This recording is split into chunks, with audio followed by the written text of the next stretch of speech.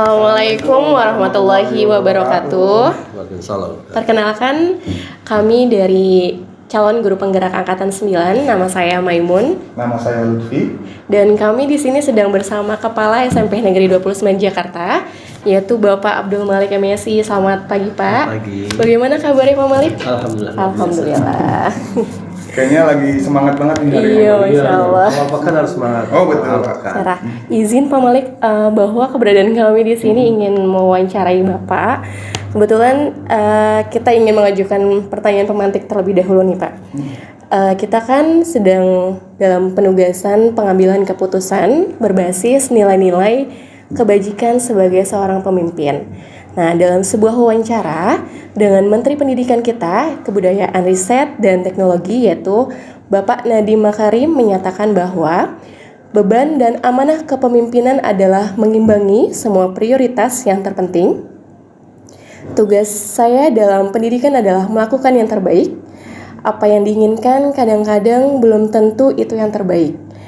Dan untuk membuat perubahan, apalagi perubahan yang transformasional, pasti ada kritik. Sebelum mengambil keputusan, tanyakan apakah yang kita lakukan berdampak pada peningkatan pembelajaran murid. Nah, itu adalah yang dikatakan oleh Bapak Menteri kita Nadiem Makarim pada tahun 2020. Seperti itu ya, Pak Lutfi ya? Iya, betul. Baik, mungkin langsung saja Pak Lutfi, ada beberapa pertanyaan. Intinya sih Pak, kami di sini ya Pak, kami mau belajar dari Bapak. Betul. Jadi kami lagi belajar materi yang modulnya tentang pengambilan keputusan berdasarkan nilai-nilai yang dipercaya nilai kebajikan gitu Pak. Ada keputusan yang mudah diambil tentu kan Pak, tapi ada keputusan yang sulit yang menimbulkan dilema. Kira-kira ada nggak sih Pak di sini masalah atau kasus-kasus yang menimbulkan dilema bagi Bapak dalam mengambilkan keputusan?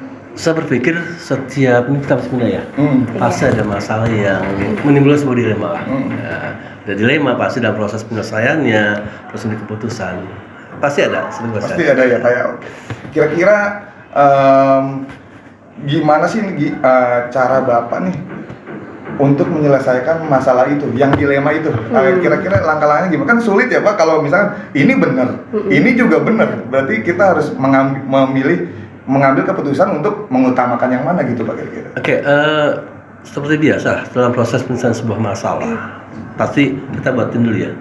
Dalam tim, setelah tim kita bentuk, lalu kita mencoba melihat kasusnya seperti apa, ya mengklasifikasi kasusnya, lalu kita bicara dengan dari di tim pun kita bicarakan bagaimana proses penyelesaiannya gitu kan, saling kolaborasi. Terus siapa sih yang dalam hal ini yang menjadi orang-orang yang terlibat di dalamnya.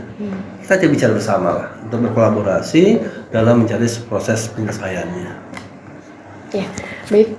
Terima kasih Pak atas penjelasannya. Kira-kira menurut Pak Malik bagaimana nih ketika kita menjalankan pengambilan keputusan di sekolah yang tadi sudah Bapak jelaskan, terutama untuk kasus-kasus di mana ada dua kepentingan yang sama-sama benar, kemudian atau sama-sama mengandung nilai kebajikan. Nah, kira-kira yang diutamakan yang seperti apa dan bagaimana respon dari warga sekolah itu untuk Bapak menyikapinya itu seperti apa? Oke, makasih. Pastinya pertama kita duduk bareng ya.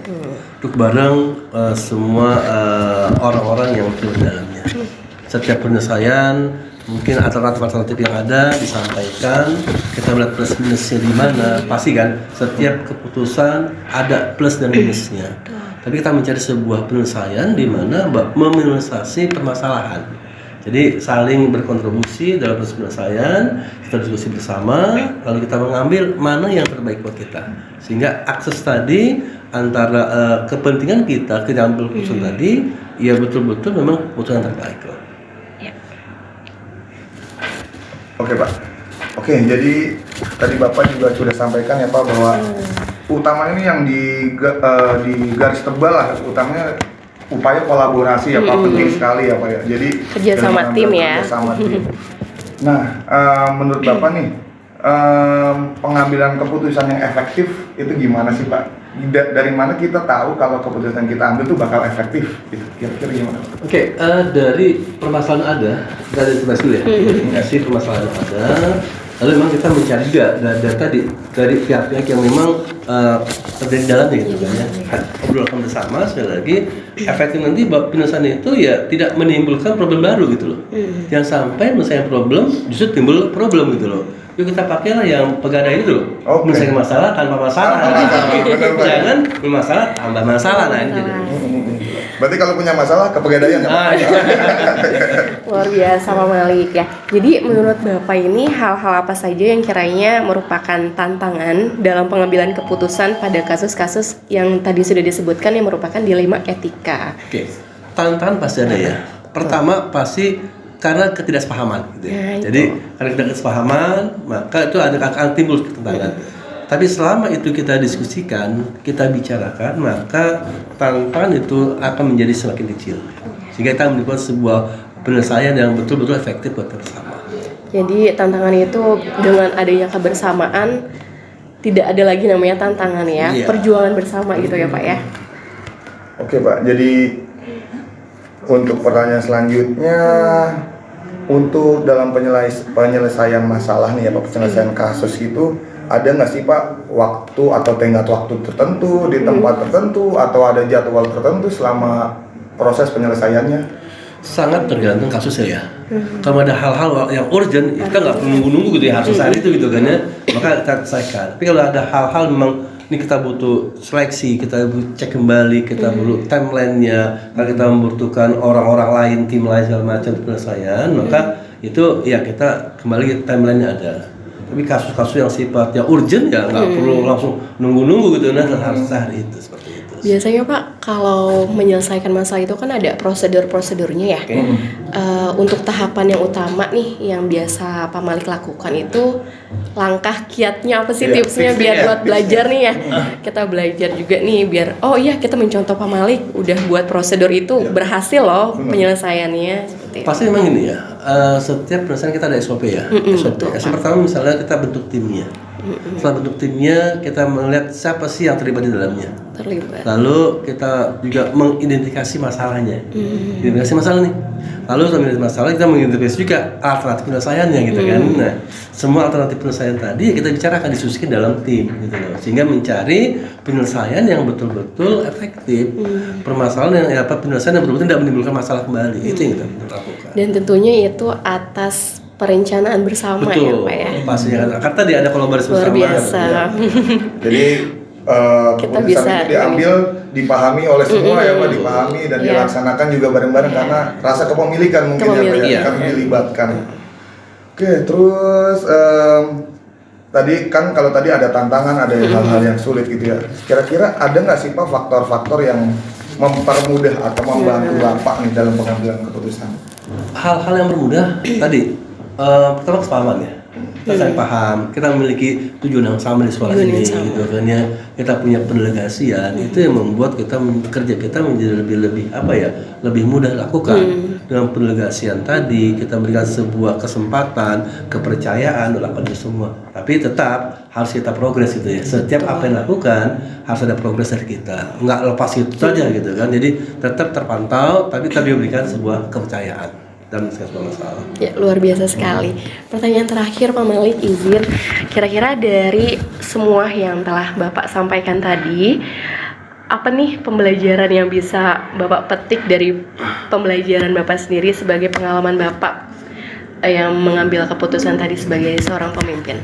Ya, selalu saya katakan bahwa setiap permasalahan tadi, setiap kita pasti punya masalah. Gitu. Setiap itu punya masalah. Nggak ada yang lepas dari masalah.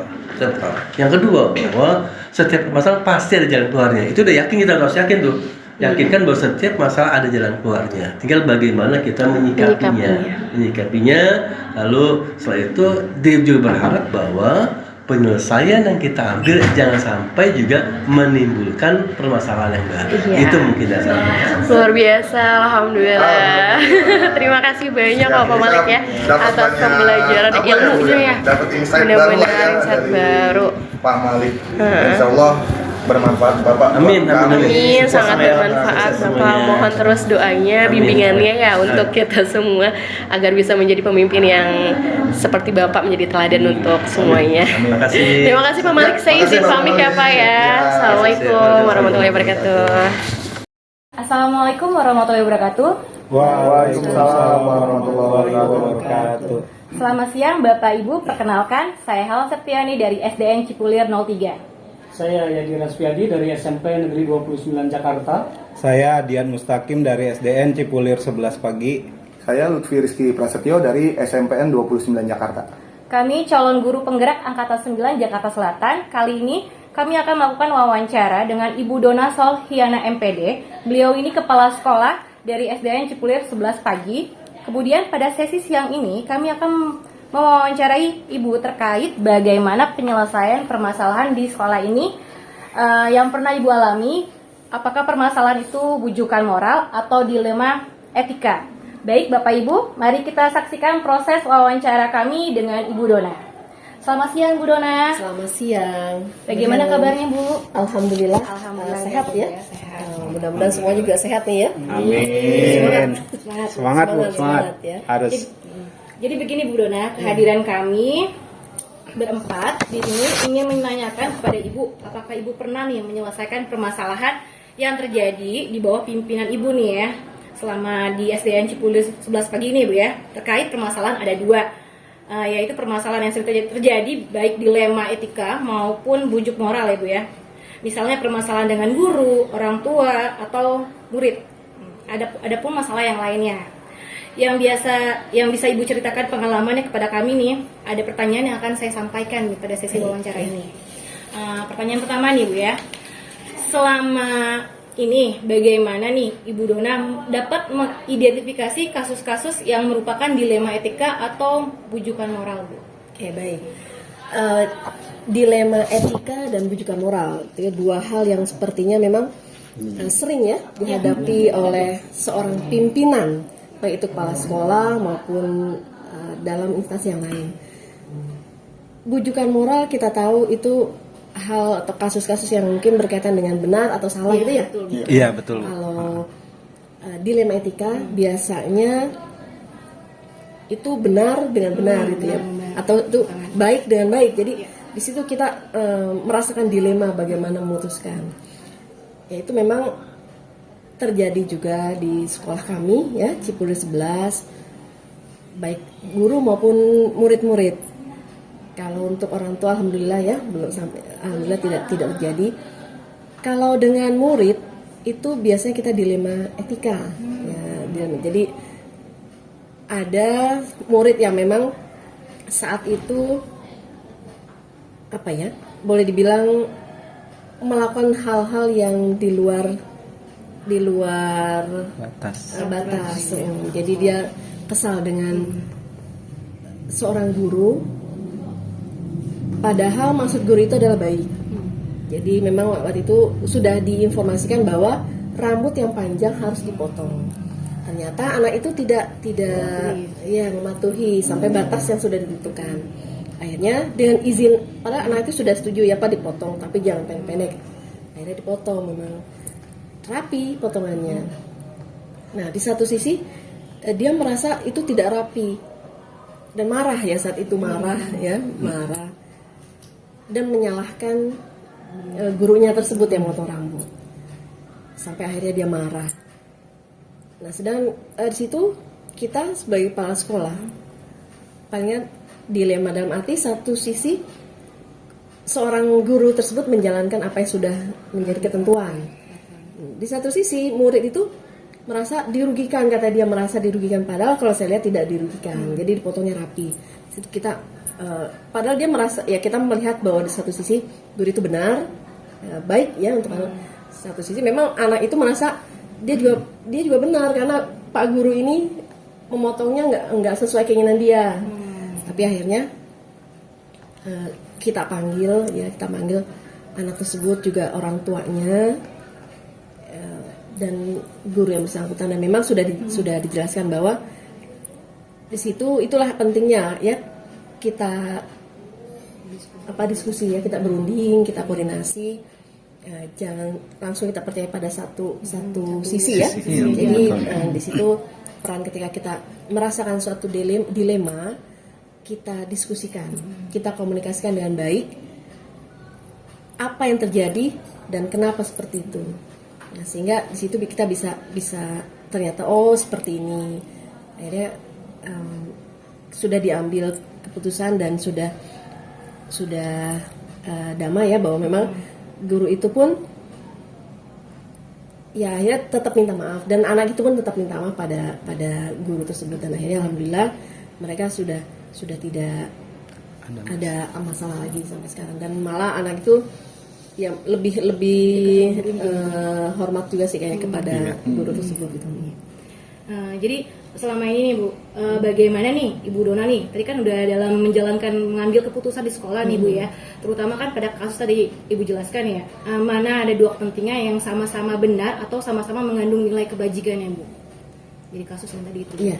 Jadi memang jika hal itu terjadi itu ya dilema, kita kan kalau memutuskan sendiri bingung.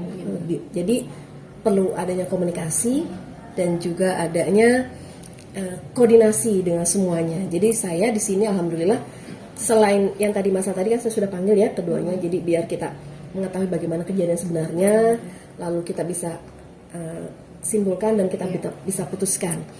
Nah di sisi lain juga kalau ada berkaitan dengan dilema yang lain di sekolah kami, memang kami terapkan kita sering kumpul. Jadi kalau ada hal yang tidak sesuai, kita kumpul, kita selesaikan. Jadi nanti kita selesaikan bersama dengan suara terbanyak, ataupun ada saatnya saya memutuskan ya sebagai pimpinan harus memutuskan. Jadi saya putuskan sendiri sesuai dengan apa yang sudah disampaikan oleh teman-teman guru seperti itu. Baik Bu. Selanjutnya mungkin berikutnya pertanyaannya. Selanjutnya mungkin dari saya ya Bu Iya, ya bertanya. Iya. Langkah-langkah atau prosedur seperti apa yang Ibu lakukan selama ini untuk menangani masalah siswa tersebut Bu? Oh ya, kalau siswa paling pertama tetap kita langkah wali kelas dahulu ya. Iya. Wali kelas dahulu menyelesaikan permasalahan yang dihadapi oleh murid-muridnya. Jika wali kelas tersebut merasa perlu penanganan dari kepala sekolah, mereka akan mengajak saya untuk ikut bersama-sama menyelesaikan permasalahan tersebut. Kalau untuk murid saya biarkan dahulu wali kelasnya menyelesaikan. Kalau memang sudah bisa, alhamdulillah. Kalau tidak, berarti bisa kita ajak lingkup yang lebih besar lagi. Nah, kalau untuk guru, ya kalau itu murid ya, kalau untuk guru, untuk langkah-langkah pertama memang saya biasa memanggil secara pribadi dulu. Ya, secara pribadi.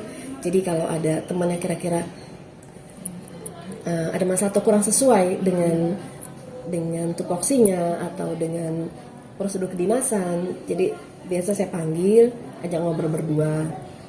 Waktu itu memang di Cipulir sebelah sini sudah beberapa orang yang saya panggil secara pribadi gitu ya. Jadi saya sengaja tidak mengungkapkan di depan teman-teman. Nah itu.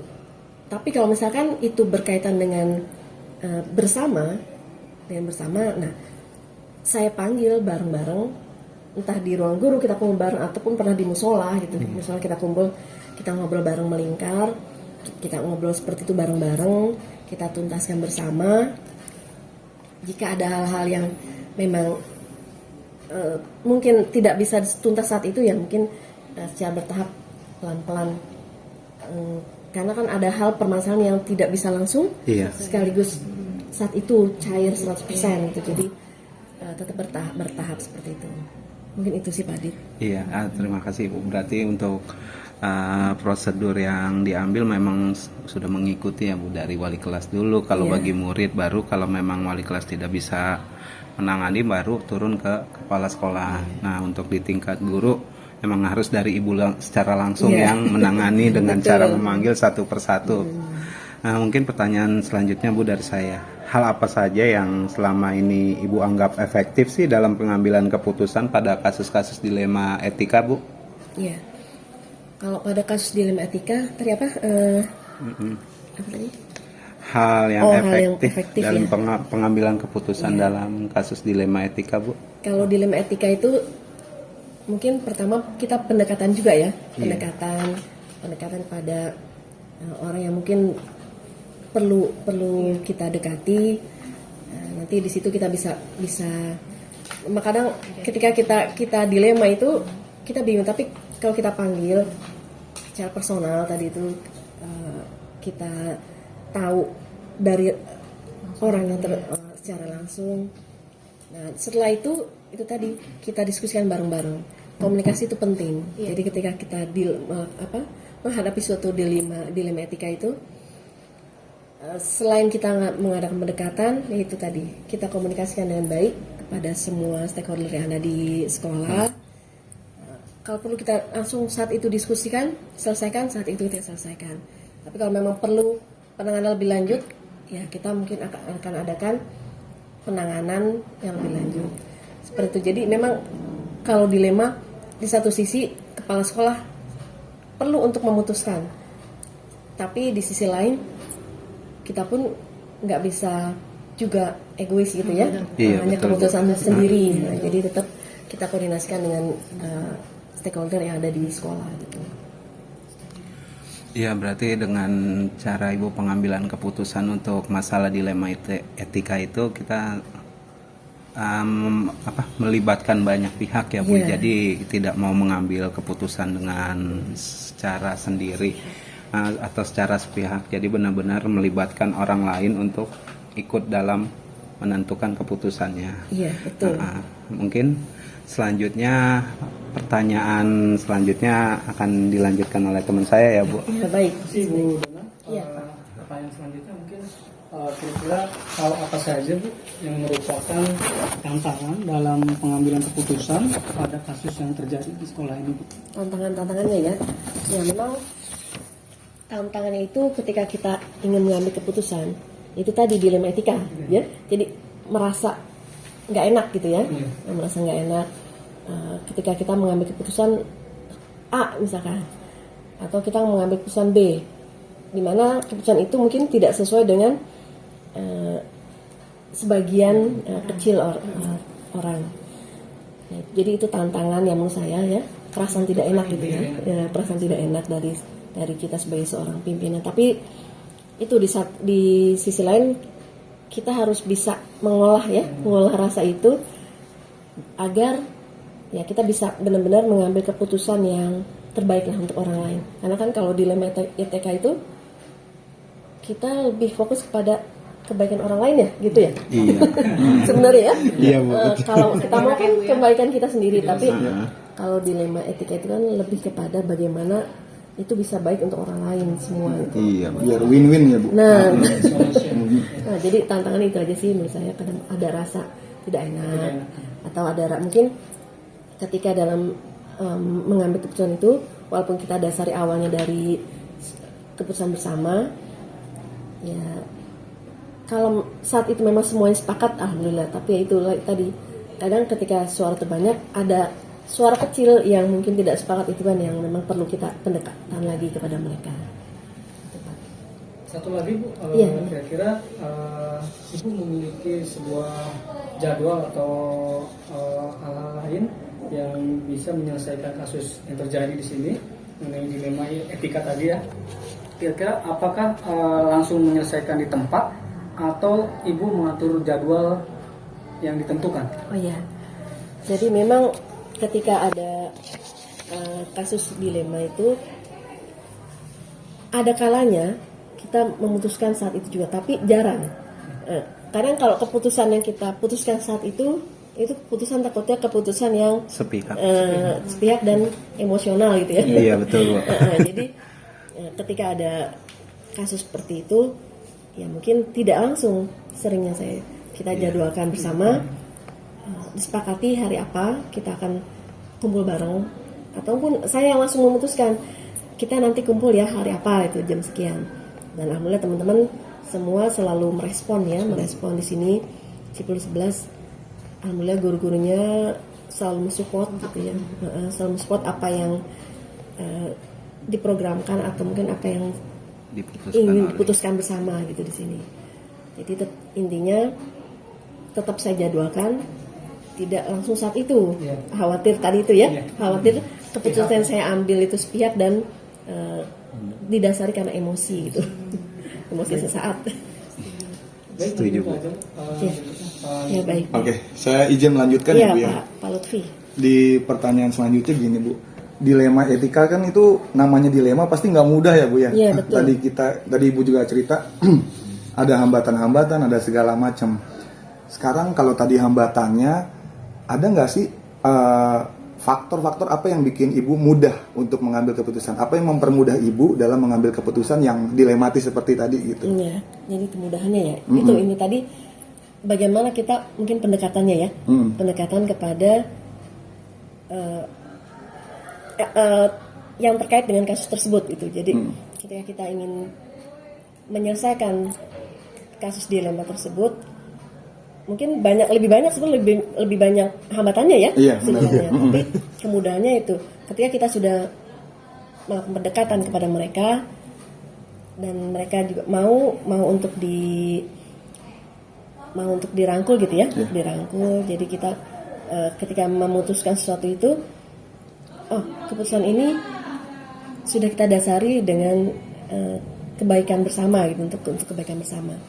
Jadi itu aja mungkin kemudahannya itu tadi, ketika kita bisa melakukan pendekatan dari ya mungkin istilahnya apa, dari hati ke hati.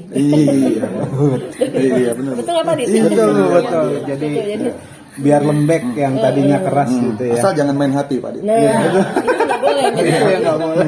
Bahaya itu. Dimana kita harus lebih memahami juga sebenarnya, Iya. memahami juga. Nah itu tadi dilema tadi tuh, dilema. Jadi untuk kebaikan yang lain, ya kadang mengorbankan Ada pihak lain yang merasa gitu ya. mengorbankan kita sendiri kadang, tapi itu yang penting ketika dilema etika itu adalah untuk kebaikan bersama, walaupun di satu sisi kita sepertinya kurang enak, tapi ketika itu adalah untuk kebaikan bersama, ya udah kita lebih pentingkan itu kebaikan bersama. Tapi tetap dalam koridor kebenaran ya. Iya, betul. Koridor kebenaran. Kalau hal itu tidak bertentangan dengan kebenaran, ya kita harus tetap ambil yang kebenarannya. Kalau dilema memang dua-duanya benar ya, dua-duanya baik. Iya. Tapi itu tadi, kalau ada hal yang mungkin bertentangan dengan kebenaran, ya kita akan alihkan semuanya ke kebenaran tersebut gitu. Oke Bu, ini ada pertanyaan terakhir. Sebenarnya di sini kami memang ingin belajar dari wawancara ini. Kami ingin belajar dari Ibu ya, dari Ibu yang secara pengalaman tentu jauh lebih menguasai daripada kami. Pengalaman Ibu dalam mengambil keputusan tentu sudah sudah banyak gitu. Nah, kira-kira nih apa sih yang Ibu pelajari ya selama karir Ibu gitu dalam pengambilan keputusan, apa sih yang Ibu pelajari dan bisa di-share ke kita gitu dalam pengambilan keputusan ya, gitu ya. Oke. Ini bukan hanya mungkin sebagai kepala sekolah ya, ketika sebagai guru gitu ya. Nah, jadi karena saya sebagai kepala sekolah juga belum lama, jadi mungkin lebih banyak ketika saya menjadi guru gitu dalam mengambil keputusan. Jadi pengalaman ketika kita mengambil keputusan, yang saya lakukan adalah bagaimana keputusan itu bisa memberikan kebermanfaatan untuk orang banyak gitu ya. Jadi tidak hanya kebermanfaatan untuk pribadi atau golongan, tapi untuk orang banyak, untuk bersama. Nah, itu ketika saya menjadi guru juga itu yang saya terapkan. Jadi bagaimana walaupun itu sulit sebenarnya, itu yang lebih sulit. Jadi kita harus bersikap adil, tidak memihak kepada segolongan orang gitu ya, tidak berpihak pada pribadi, tapi itu bersama bagaimana kita bisa menyatukan hal-hal golongan yang berbeda itu menjadi satu. Nah, di situ ketika keputusan itu udah bisa untuk orang banyak, nah itu adalah suatu kebanggaan bagi diri saya ketika mengambil keputusan seperti itu. Walaupun sebenarnya sulit. Ya, tapi kan ada prinsipnya gimana keputusan itu tuh bermanfaatnya untuk orang banyak gitu ya, Bu. Kebermanfaatan untuk orang lain, untuk orang banyak. Bukan untuk orang lain sebagian kecil gitu ya. Bukan juga buat personal berarti ya. Iya. Betul. Ya, jadi